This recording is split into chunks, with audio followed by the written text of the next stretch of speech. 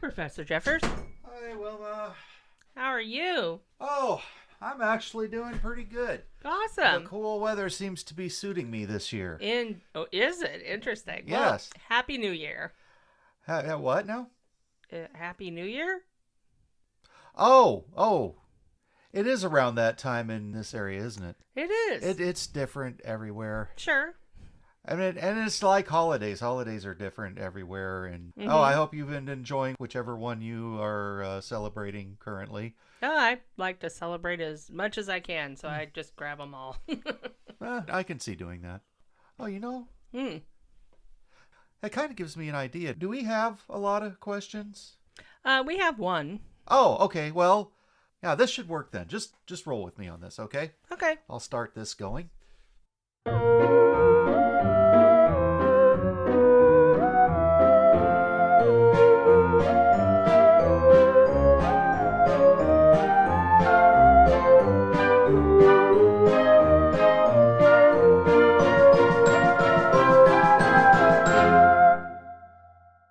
And hello, and welcome to Cryptid Remarks. I am Professor Edward Jeffers. And I'm Wilma Chronicle. And Happy New Year to everybody. This is the last day of the year?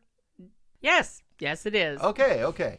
Well, I know that there are a lot of holidays that happen this time of year, and there are a few of them that have cryptids related to them.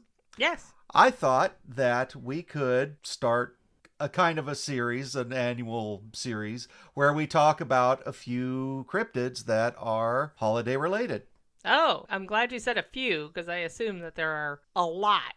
Actually, a lot more than people may think. Now, when I say cryptids, some of them have very human-like visages, and in fact, one of the ones I think I'll talk about this time does, but they are... It's like the whole Santa Claus thing, which I understand is fairly popular here in the United States. Indeed. Yeah, Yes. I mean, he's just this guy, but he's got these mystical powers behind him, and people think he doesn't exist. So, he as far as I'm concerned, he's a human that's acquired cryptid status. Oh, so he does exist and he's just a human? Just don't. Okay. But yeah, so speaking of, well, one of his alter egos, St. Nicholas, speaking of him, I think it would be a disservice for me not to talk about Krampus this first time that we're doing this.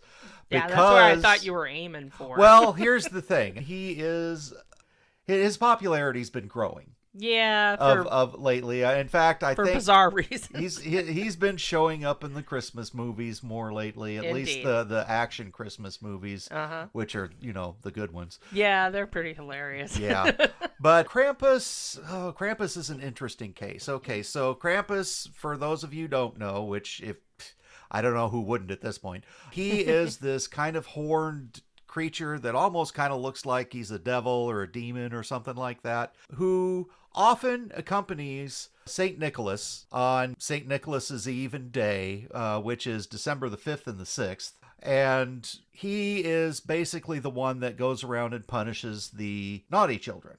Okay, so St. Nicholas, keeping in mind that there are two St. Nicholases, right? There's a St. Nicholas who is actually a person who is a saint. Oh, yeah. But it's nothing to do with Santa Claus or Odin or anything like that. And then there's St. Nicholas, which is a different name for Santa Claus. Right. Okay, so you're St. Nicholas, who is essentially a different version of Santa Claus, and Krampus hang out together. Yeah, they go out together. He punishes the children. He has birch branches. Oh. And will strike children with them. Ouch. And he also has chains and a bag, and the children that are particularly bad and the birch branches aren't enough, he will bind them up and take them with him to torment for however long it takes. However long it takes to do what? I don't know. I don't understand the idea behind naughty children needing a certain level of punishment just especially because corporeal. The good ones are getting presents. Okay. I mean, I thought, giving them not presents and just coal was sufficient enough. Yeah, nowadays anyway, it seems like that's just the idea, is that the negative reinforcement that is needed is basically just not providing the positive reinforcement. Yeah, generally speaking, doesn't. Right, right. And in fact, the whole idea behind Krampus is not as severe as it sounds, because most of the time Krampus didn't have to do that. Simply his presence there would frighten the children into behaving better. Kind of like hanging the paddle on the wall. Yeah, for people that do that. Yeah, Yeah. indeed. Or the wait until your dad gets home. Yeah. There is a lot of confusion around Krampus, because there's a camp that says that Krampus is an individual. Mm-hmm. And then there is a camp that says that the Krampus that hung out with St. Nicholas Mm-hmm. did not have a name, just because they don't, and just became known as St. Nicholas's Krampus, and that's why they think that's its name, and Krampus is actually a species. A species that doesn't have names. Yes, Okay. A species of what? of Krampuses.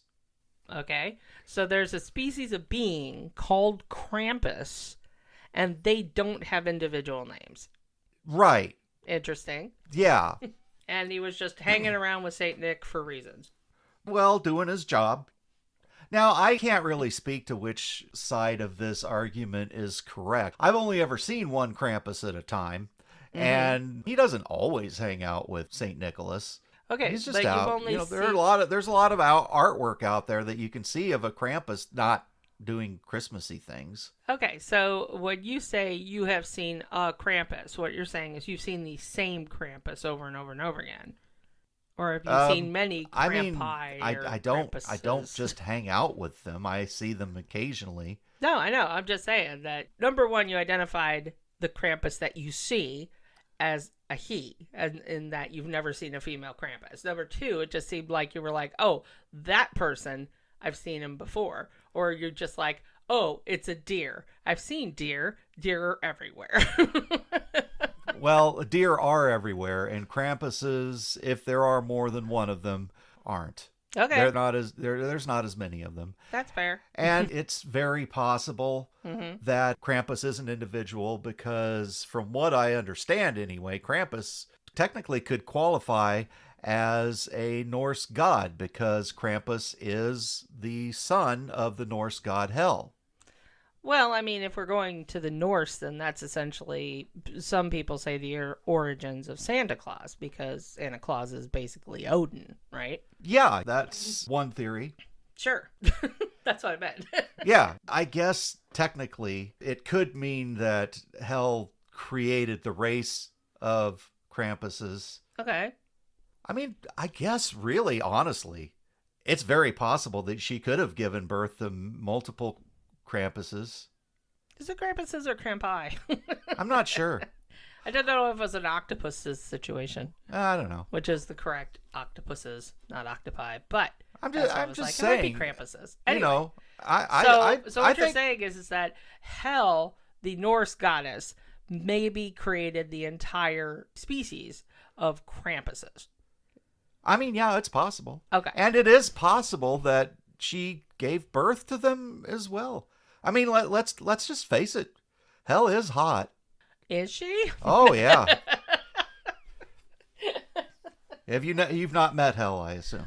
No. I think it's safe to say I have not met any particular gods or goddesses, but I also hung out with the Fae, so I can't really say that. Fair enough. And also, to be fair, a lot of them don't get out as much as they used to. Yeah, probably for good reason at this point. Probably. Okay, so moving on from Krampus, I do have a couple more I'd like to mention this first time out. Have you heard of the Lutens? The Lutens. The Lutens. No. So you haven't really spent a lot of time in France then? No. I spent like a lupin, which is a flower, but I've never heard of a lutin. Yes. Well, the Lutens Yes. are basically French hobgoblins Okay. who go around helping Père Noël. Oh, so French Santa Claus. Yeah, Father Christmas, essentially. So the lutins are the French equivalent to elves. Exactly. In fact, the word lutin, while its primary meaning, from what I understand, I don't know French well, is hobgoblin, it can translate into elf Sure. as well as fairy, gnome, goblin, imp, leprechaun, pixie, puck, sprite. They're just, yeah, it's one of those words that is a bit nebulous. Kind of like just taking what you know and going, oh, I recognize that, and calling it what you're familiar with. Right, exactly. And they're a little bit more prankster like. I mean, they're hobgoblins. Well, I know, but You know. if you go back to, what's the bridge between Odin and Santa Claus? There's a person in between. Is that just Saint Nick? Probably Saint Nick. Yeah, so Saint Nick was more of a prankster than just a killer. Yes. Okay. Well, a lot of cryptids are, just because humans are so fun to mess with. Yeah, I was gonna say. I mean, a lot of the completely get negative that. press that cryptids get, I mean, they kind of bring on themselves. I'll admit that. I mean, I like doing it too. It's not like it's everyone that does it is being malicious. Yeah, I mean, there's a difference between a prank and a I can't think of the word that's malicious prank. Malicious prank works for me. I don't know. There's a word for it. I'm terrible sometimes with words, which is terrible as a reporter. But I'll look it up. Well, you usually have time to prepare to do your reporter stuff. It's not like you improv your reports. No. And I have an opportunity to clean it up afterwards. Yeah, it's a Before it shame we makes don't its have way time out to to do the that ether. here. This would probably run a lot more smoothly. Indeed. Okay, well, anyway, there are a couple of other types of lutins that I managed to find. There's one called the Nain Rouge, which is from Quebec. Okay. And this is not a holiday-related one, I don't think, but Nain Rouge means red dwarf. Okay. So I don't know if that kind of got translated into that one British comedy show. I doubt it, seriously. Yeah, But- me too, because they look like children in boots that have these blazing red eyes and rotten teeth. Ew. And yeah, they're not. I was gonna ask if it was the sort of Quebec version of leprechauns, but doesn't sound like it. Well, maybe leprechauns that don't take care of their teeth.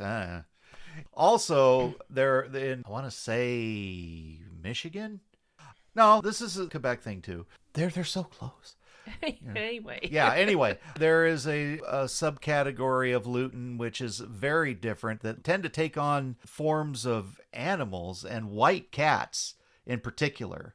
Okay. But any animal that looks like particularly ethereal, different, weird, I don't know what you I want was to call gonna it. say, is it just like if it's an animal and it has red eyes, it's probably what did you call them? I'm sorry.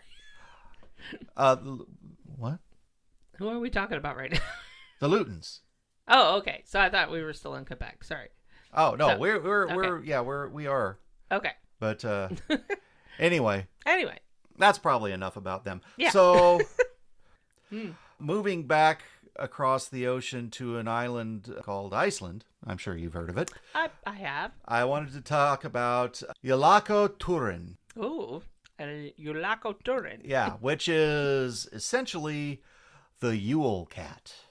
The Yule cat. Yes. Interesting. Does it only come around once a year? Well, I don't know that it only comes around once a year, but the story behind that is that it's a massive cat that's bigger than any building. Whoa. But you got to remember, the buildings in Iceland aren't very big. Yeah, but still, Iceland isn't that big. You can't have a cat bigger than buildings running around there. That would be dangerous. Yeah, and I potentially suppose. problematic. But it has needle-like hair that is shaggy. Needle-like shaggy hair. Yes. Interesting. Just go with me I'm on going this. with you. Got very bristly whiskers, and it will punish children who haven't received clothing What? How is this the kid's fault? by eating them. Ew. I think it's more of a punishment to the parents because, and again, this could be a rumor thing, because I've found that a lot of the stories that crop up around cryptids, Yeah. parents will glom onto that and then just use that to scare their kids into things. Well, now the industry of Iceland of clothing, making very warm clothing because, face it, they need it there. is pretty big. So they could have been using this poor cat to try to sell warm clothing and make sure that parents buy their kids clothes to be ready for the winter. Okay, but how old is this particular legend? Oh, I lose track. I don't know. A couple 100 years, maybe. I don't know. Okay, but is it older than the manufacturer of the clothing? Well, I mean, they've been making warm clothes there for a very long time. Yes, I but doubt don't that you they would call it manufacture? manufacturing back in the day. Yeah, but because people usually made their own. yeah. Yeah, so there's a legend of a cat that will come and eat your children if you do not dress them appropriately. And a clothing manufacturer leached onto that and started trying to get parents to buy more clothing by reminding them that a cat will come and eat their kids. I don't understand why humans do the things they do Okay, sometimes. I'm just trying to follow the No, the process. I understand. I'm as confused as you are. I'm just relaying what I've heard in my studies and travels and recent research. I gotcha.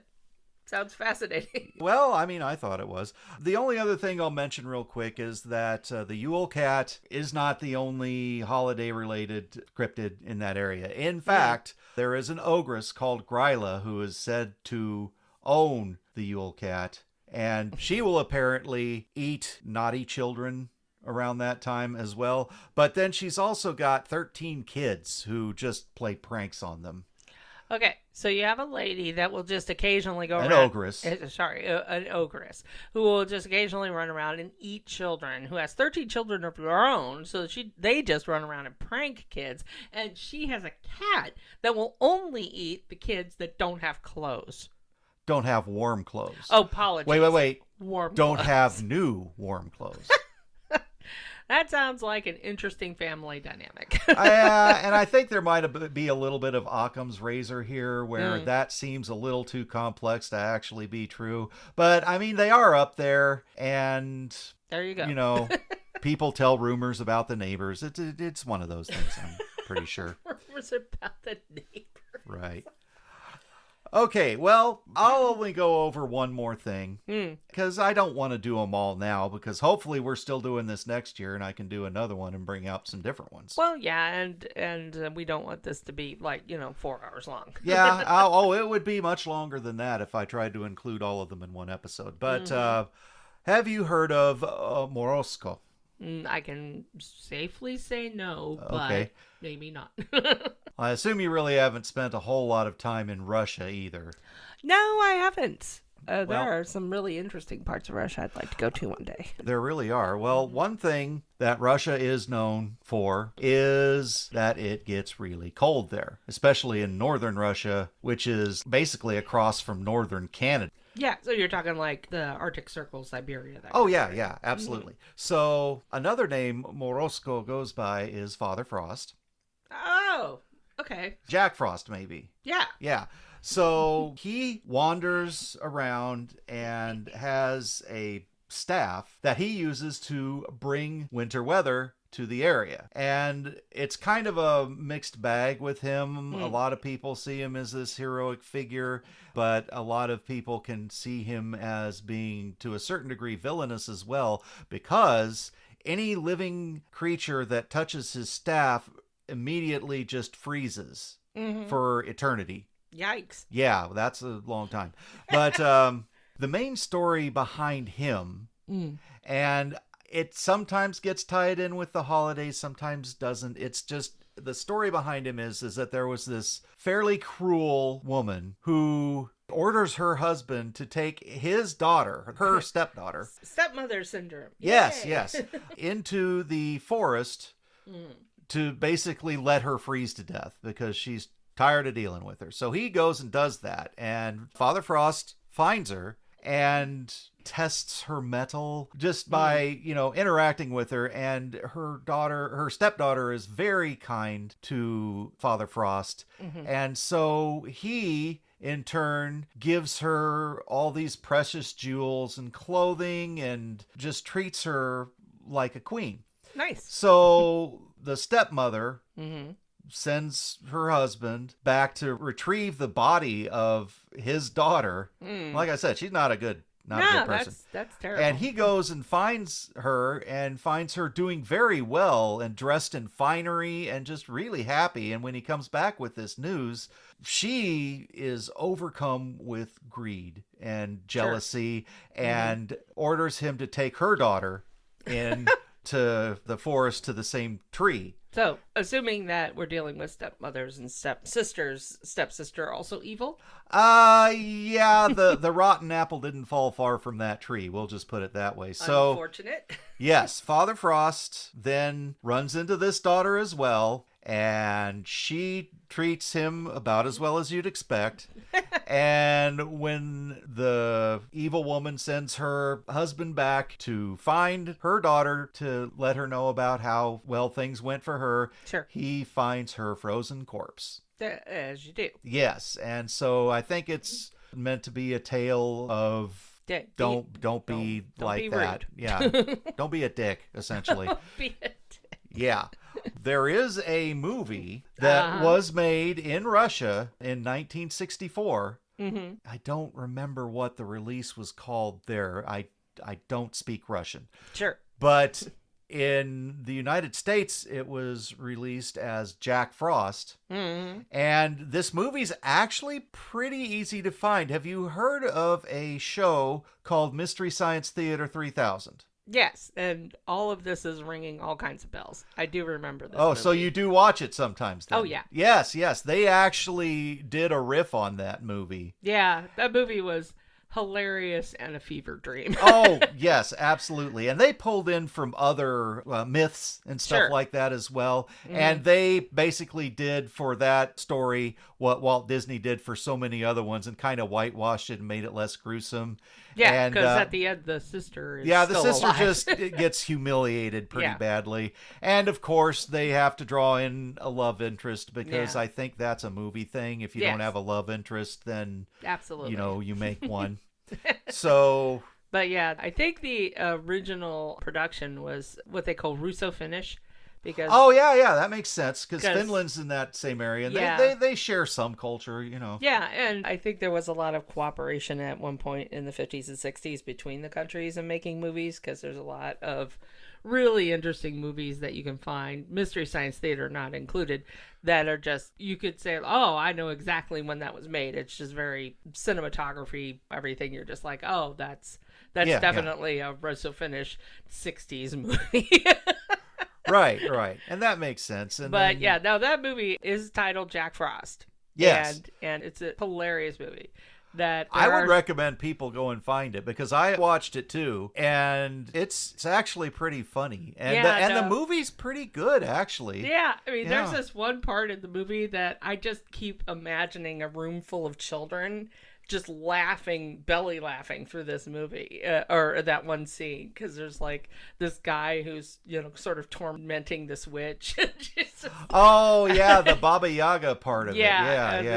And the two of them are just like, no, do this, no, do that, don't do this, no, do that. And it's definitely a joke made for small children. Every time I see that scene, I just think of like dozens of children just giggling their butts and off. There's a lot of bears in it. There's a lot of bears. That would attract small children. Yeah. Anyway, but keep moving. Okay, well, like I said, I think I'm going to save that. And you said we had a question too, right? Yes, we have one from our old friend Bite Brewmaster. Okay. I have such a hard time saying that. He asked, out of curiosity, if you could spend one day hanging out with any cryptid, which one would you choose? And what would you two do together? All right. Now, my answer to that does kind of depend on whether he means which cryptid in general or which cryptid individually. Well, he just said cryptid, so go with it. Well, I'll just go with both. This doesn't seem like it would take long to answer. So, favorite cryptid species to hang out with? I kind of tend to lean towards the forest protector spirits for obvious reasons. Sure. A couple of them that we've talked about before, the puckwudgies, they're a fun lot to hang around with. The leshen we've mentioned. Yes.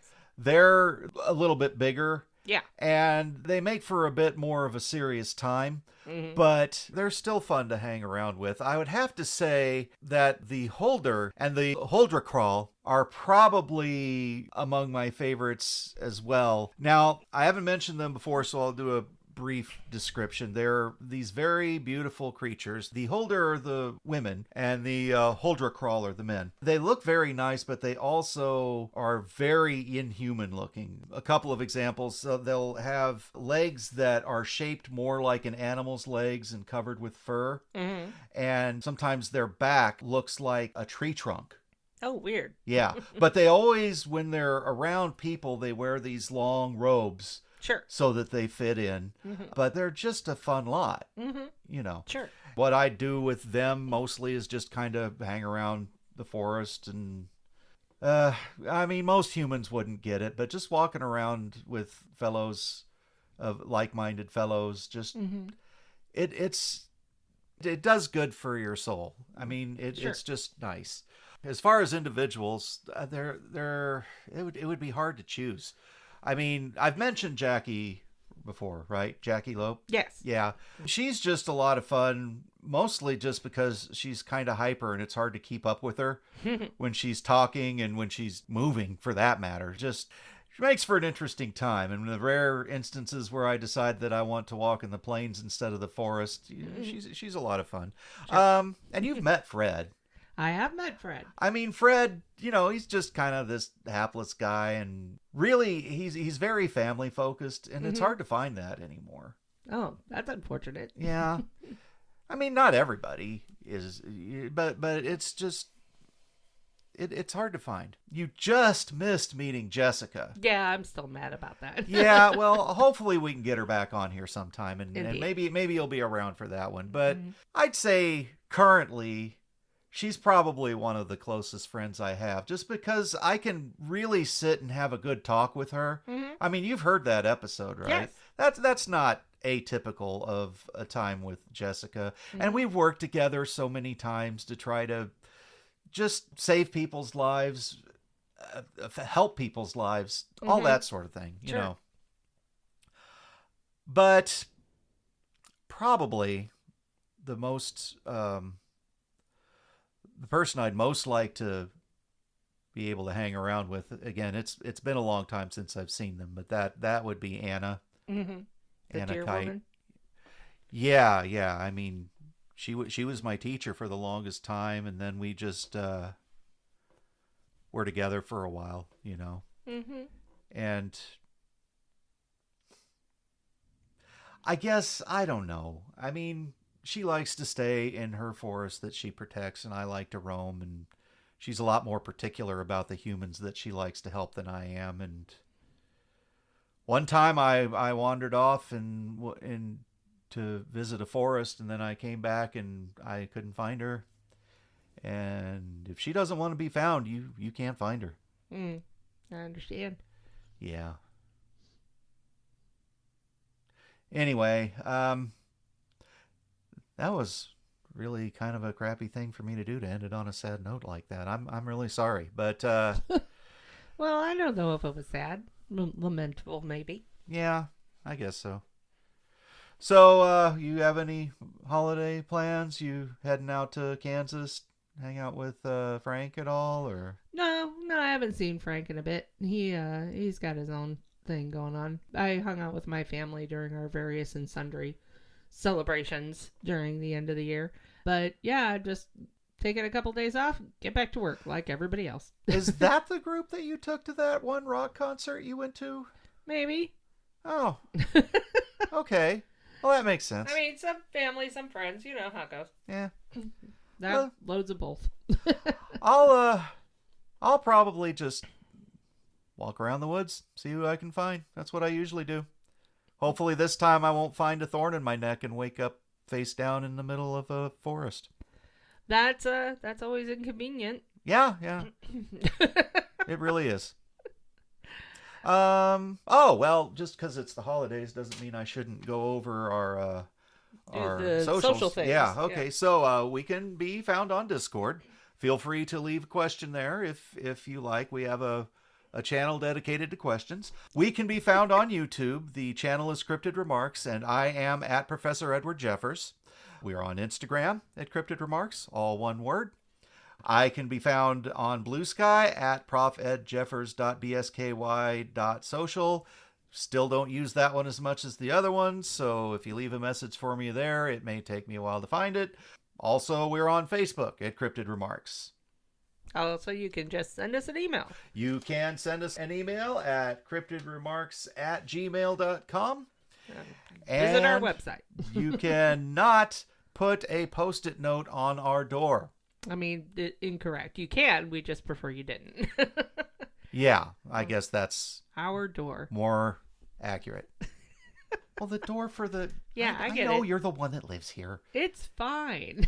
Honestly, yes. If I were, and this isn't going to happen, if I were to try to find a roommate, yeah, I'd probably come to you first because honestly, I really like hanging around with you two. Aw, thank you. I thought you just liked my house because it was in the forest. Well, that too, yeah, but I mean, you're fun to hang around. Thank you. I appreciate it. Okay, well, I guess we're done then. So remember, if you think you saw something, you probably did. Bye.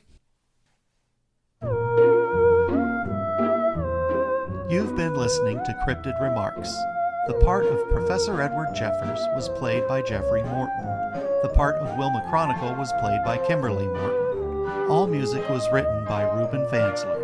Sound editing by Jeffrey Morton and Ruben Fansler.